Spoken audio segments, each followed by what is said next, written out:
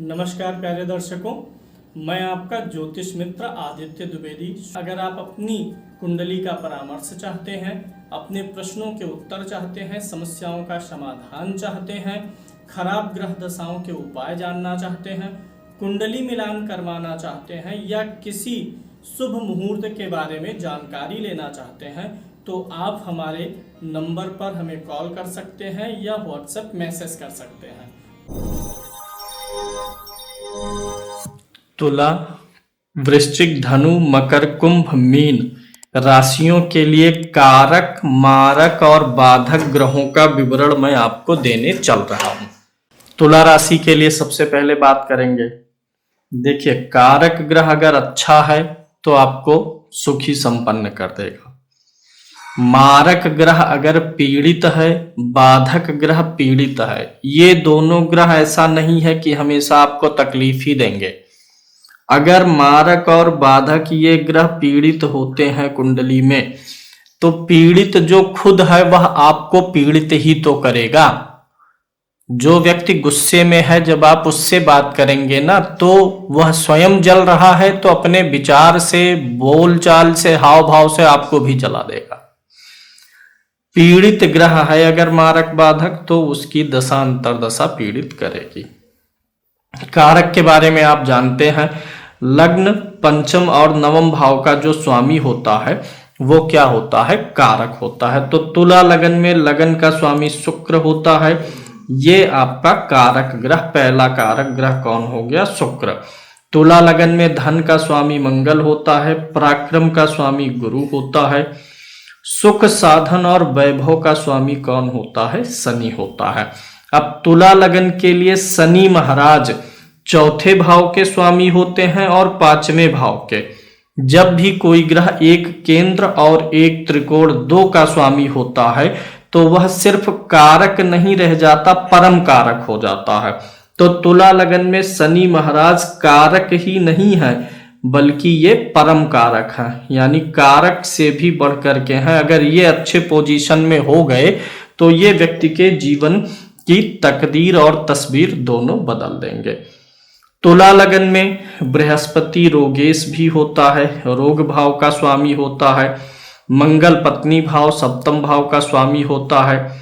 शुक्र अष्टम भाव का भी स्वामी होता है, लेकिन चूंकि लग्नेश है तो अष्टमेश के फल की न्यूनता हो जाएगी। बुध इस कुंडली के लिए भाग्येश होता है और तीसरा कारक होगा। बुध नवम भाव का स्वामी होने के नाते तुला लगन के लिए कारक है, यानी शुक्र, शनि और बुध तुला लगन में कारक होते हैं। चंद्रमा कर्मेश होता है, सूर्य लाभेश होता है और बुध व्यय का भी स्वामी होता है, लेकिन कारक ग्रह का ही फल देने वाला है। तो कारक आप जान लिए। कारक कौन सा? शुक्र, शनि और बुध कारक है तुला लगन के लिए। मारक कौन होगा? मारक का फार्मूला मैं आपको समझा देता हूं। कुंडली में 12 घर होते हैं। इन 12 घरों में जो ग्रह द्वितीय भाव, तृतीय भाव, छठे भाव, सातवें भाव, आठवें भाव, 11वें भाव और 12वें भाव में से 2 भावों का जो स्वामी बनेगा वो मारक होगा, परम मारक होगा।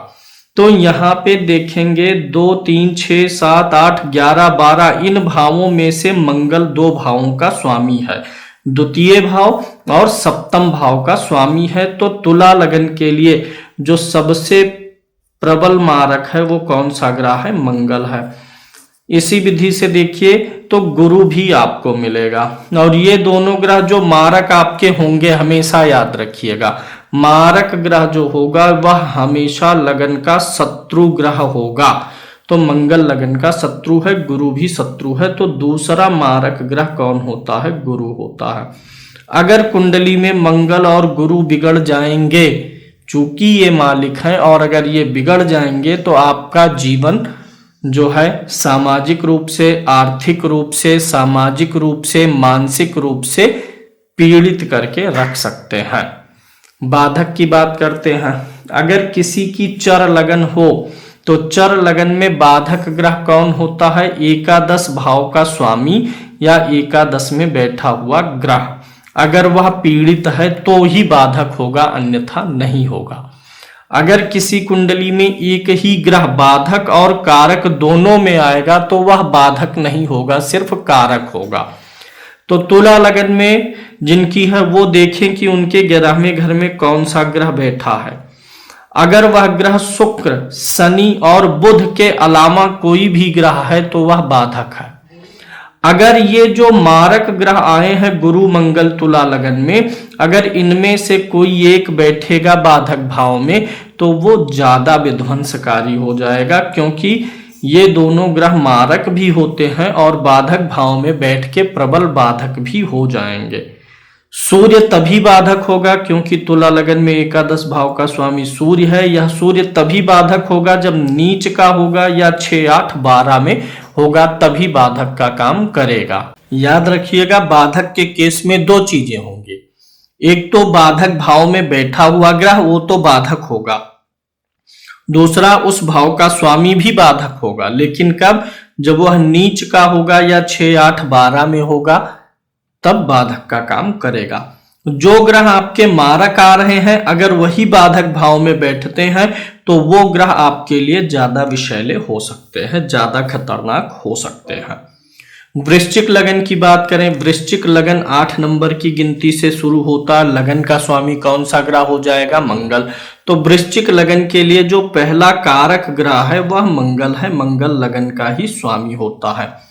वृश्चिक लगन में धन भाव का स्वामी गुरु होता है, पराक्रम का स्वामी शनि होता है, सुखेश शनि होता है, सुख साधन भूमि भवन का स्वामी शनि होगा, पंचम भाव का भी स्वामी गुरु होगा। तो गुरु जिस किसी भी ग्रह की राशि लग्न पंचम नवम में पड़ती है वह कारक होता है।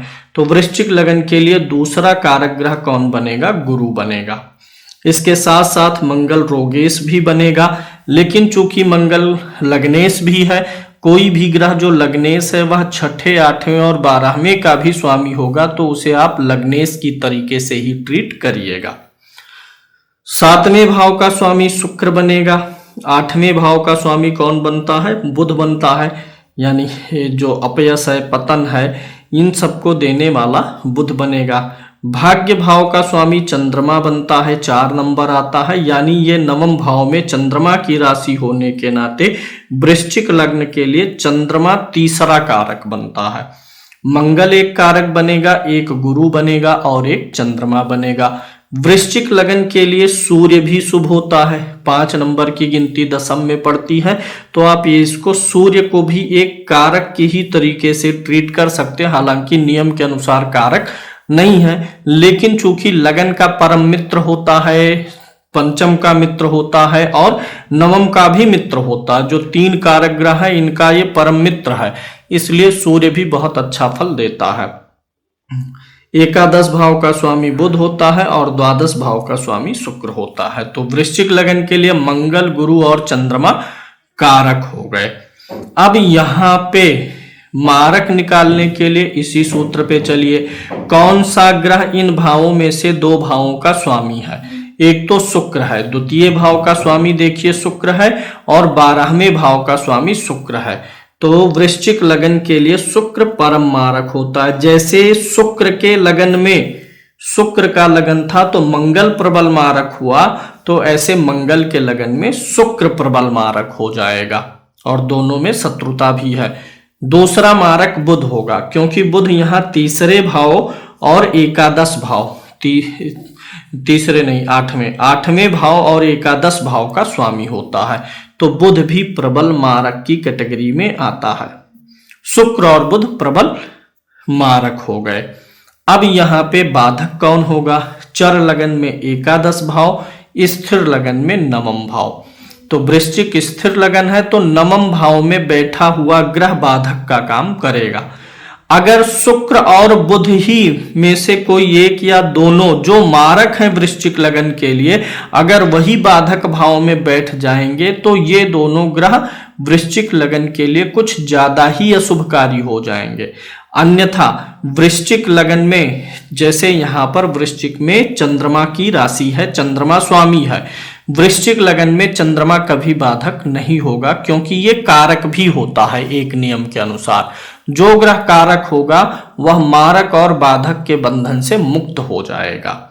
क्योंकि वह लगन का क्या हो जाता है, मित्र हो जाता है। जैसे गुरु को देखिए द्वितीय भाव का स्वामी है, द्वितीय भाव भी मारक है और सप्तम भी मारक है।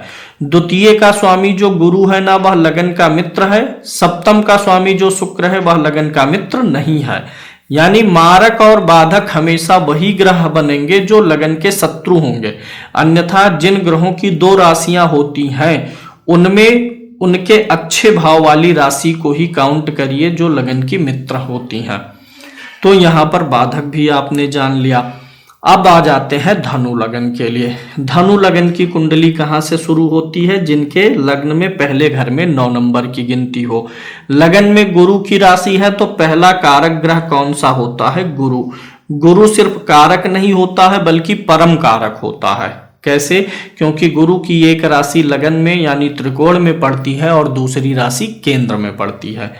धनु लगन के लिए धन भाव का स्वामी शनि होता है, पराक्रम का स्वामी कौन होता है, शनि होता है। सुख भाव के लिए गुरु ही काम करेगा।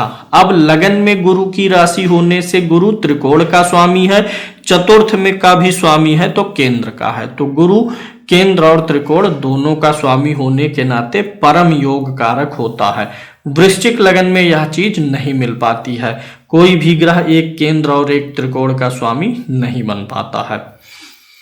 तो यहाँ पे गुरु परम कारक हुआ। इसके बाद मंगल कारक होगा, क्योंकि पंचम भाव में मंगल की राशि पड़ती है तो मंगल यहाँ पे कारक हो गया। रोगेश यहाँ पर शुक्र होता है, रोग भाव में शुक्र की राशि होती है। विवाह और पार्टनरशिप आदि के लिए बुध जिम्मेदार होता है। चंद्रमा यहाँ पर अष्टम भाव का स्वामी होता है। सूर्य इस कुंडली में योग कारक होता है, क्योंकि नवम भाव में सूर्य की राशि होगी। तो धनु लगन के लिए गुरु, मंगल और सूर्य ये परम योग कारक है। चंद्रमा न्यूट्रल हो जाएगा क्योंकि लगन का मित्र होता है। और सूर्य और चंद्रमा 8वें भाव के स्वामी होकर के जहां कहीं बैठेंगे महादोष नहीं उत्पन्न करते। अष्टम में सूर्य चंद्रमा होगा तो हो सकता है कमजोर हो जाए, लेकिन 8वें के स्वामी होकर के जहां बैठते हैं वहां नुकसान नहीं पहुंचाते हैं। कर्मेश यहां पर बुध हो जाएगा, लाभेश शुक्र हो जाता है और व्ययेश यहां पर पुनः मंगल हो जाता है। लेकिन मंगल कारक में ही आएगा। गुरु, मंगल और सूर्य परम कारक है। मारक की पहचान करिए, इसी सूत्र पे आ जाइए। कौन सा ग्रह ऐसा है जो दूसरे, तीसरे, छठे, 7वें, 8वें, 11वें और 12वें में से 2 भावों का स्वामी है। तो यहां पर एक तो शनि आएगा। शनि दूसरे और तीसरे भाव का स्वामी है। तो शनि धनु लगन के लिए क्या हो जाता है, मारक हो जाता है, परम मारक। दूसरा यहां पर कौन सा ग्रह बनता है, शुक्र बनता है, क्योंकि यह छठे और एकादश भाव का स्वामी होता है। अब अगर धनु लगन की कुंडली में शनि और शुक्र पीड़ित होंगे तो ये आपके जिंदगी को अस्त व्यस्त करेंगे। इसके साथ साथ धनु लगन द्विस्वभाव में आता है। चर लगन में एकादश, स्थिर में नवम और द्विस्वभाव में सप्तम भाव क्या होता है, बाधक भाव सप्तम भाव होता है। ये जो आपके मारक ग्रह आए हैं शनि और शुक्र, अगर इनमें से कोई एक सप्तम में बैठा होगा तो वो आपके लिए परम बाधा उत्पन्न करेगा। 7वें भाव में कोई भी ग्रह बैठा होगा वो बाधक होगा, लेकिन वह ग्रह बाधक नहीं होगा जो लगन का मित्र हो। 7वें भाव का स्वामी भी बाधक होगा, लेकिन तब जब वह छठे, 8वें, 12वें में होगा या नीच राशि में होगा तब बाधक होगा, अन्यथा नहीं होगा। तो यहाँ पे कारक, मारक, बाधक धनु लगन के लिए भी समझ में आ गया होगा। गुरु परम योग कारक होता। गुरु और सूर्य की युति, गुरु मंगल की युति राजयोग बनाती है। अब आ जाते हैं मकर लगन पे। जिन लोगों की मकर लगन होती है उनकी कुंडली 10 नंबर से शुरू होती है। लगन में 10 नंबर की गिनती होती है। 10 नंबर का स्वामी कौन सा ग्रह है, शनि है। तो लगन में जो ग्रह की राशि है वह पहला कारक। मकर लगन में शनि महाराज पहले कारक होते हैं। इसके अलावा धन भाव के भी स्वामी शनि ही होते हैं। पराक्रम भाव के स्वामी गुरु होते हैं। सुख के लिए मंगल उत्तरदायी होता है। सुख, भूमि, भवन भाव का स्वामी कौन होगा, मंगल होगा। इसके अलावा संतान और बुद्धि भाव का स्वामी शुक्र यानी पंचम का स्वामी शुक्र होगा। और जो ग्रह पंचम का स्वामी है वह क्या है, कारक ग्रह कहलाता है। तो मकर लगन में एक कारक शनि, दूसरा कारक शुक्र होता है। बुध षष्ठेश होता है, रोग भाव का स्वामी होता है। चंद्रमा जो है विवाह भाव या पार्टनरशिप का स्वामी होता है। सूर्य अष्टमेश होता है और बुध भाग्येश भी होता है। नवम भाव में बुध की राशि पड़ रही है, तो तीसरा कारक ग्रह कौन सा होगा? बुध। मकर लगन में शनि, शुक्र और बुध कारक होते हैं। इसमें से जो शुक्र होता है ये परम कारक होता है। क्यों? क्योंकि शुक्र की एक राशि त्रिकोण में पड़ रही है और एक राशि केंद्र में पड़ रही है, तो ये शुक्र महाराज परम कारक हो जाते हैं। इसके अलावा लाभ भाव का स्वामी मंगल होगा, व्यय का स्वामी गुरु होगा। मारक का निर्धारण करिए। इस कुंडली में मारक ग्रह के रूप में एक तो गुरु काम करेगा, क्योंकि तृतीय भाव और 12वें भाव का स्वामी होता है। जैसे जब गुरु का लगन था तो शनि मारक आया था, तो शनि के लगन में गुरु हो जाएगा। दूसरा कौन सा ग्रह होगा यहां पर मारक के रूप में? एक तो गुरु हो गया, क्योंकि यह तीसरे और द्वादश भाव का स्वामी है। अब इन में से जो भी ग्रह 2 भाव का स्वामी होगा, तो कोई दूसरा ग्रह नहीं मिल रहा है। चंद्रमा है तो सिर्फ 7वें का स्वामी है, मंगल है 11वें का लेकिन चौथे का भी है। तो ऐसे में दूसरा मारक ग्रह कौन सा होगा? मारक भाव कौन सा है? द्वितीय भाव है और सप्तम भाव है।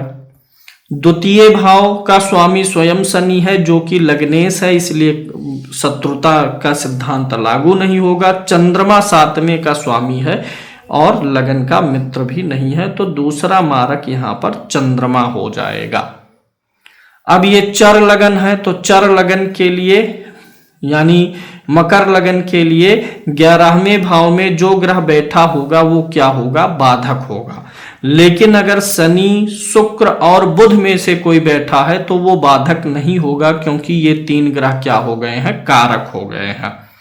जो 2 ग्रह मारक निकल के आए हैं, गुरु और चंद्रमा, इनमें से अगर कोई यहां पर बैठा होगा तो ये परम बाधक हो जाएंगे, क्योंकि मारक भी हैं और बाधक स्थान में भी आ गए, तो ये दोनों ग्रह बहुत विपरीत प्रभाव देने वाले हो सकते हैं। दूसरा, मंगल इस भाव का स्वामी है, तो मंगल भी बाधक होगा, लेकिन बाधक का फल तभी देगा मंगल जब वह 12वें भाव, 6ठे भाव, 8वें भाव में हो या अपनी नीच राशि में होगा, तो ही मंगल बाधक होगा।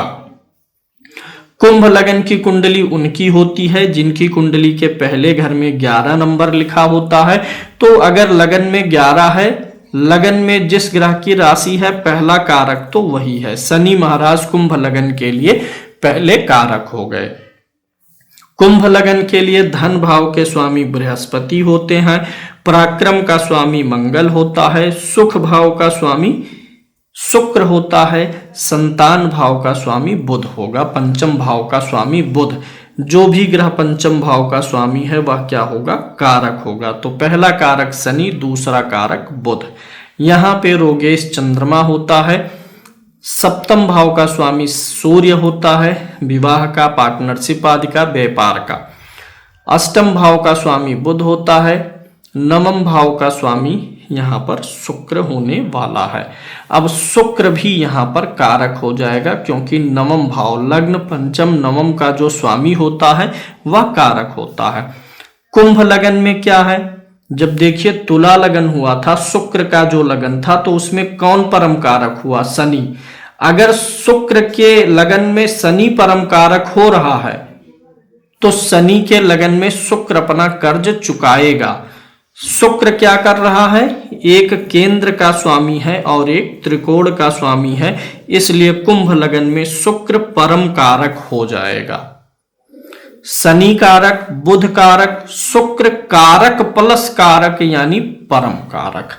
इसके अलावा कैरियर भाव का स्वामी मंगल होता है, लाभ भाव का स्वामी गुरु होता है और व्यय का स्वामी स्वयं शनि होता है। चूंकि लग्नेश है शनि, तो इसलिए लग्न की ही तरीके से ट्रीट करेंगे, कारक का फल ही देखेंगे।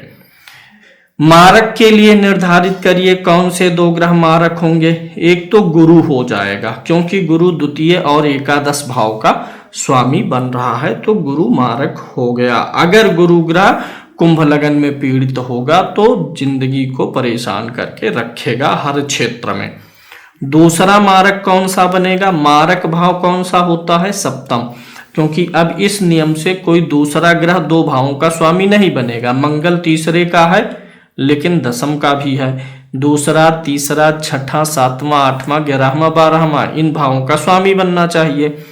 बुध है तो ये एक अच्छे भाव का भी स्वामी हो गया। तो दूसरा मारक यहाँ पे सूर्य बनेगा, क्योंकि यह लगन का क्या होने वाला है? शत्रु भी होता है।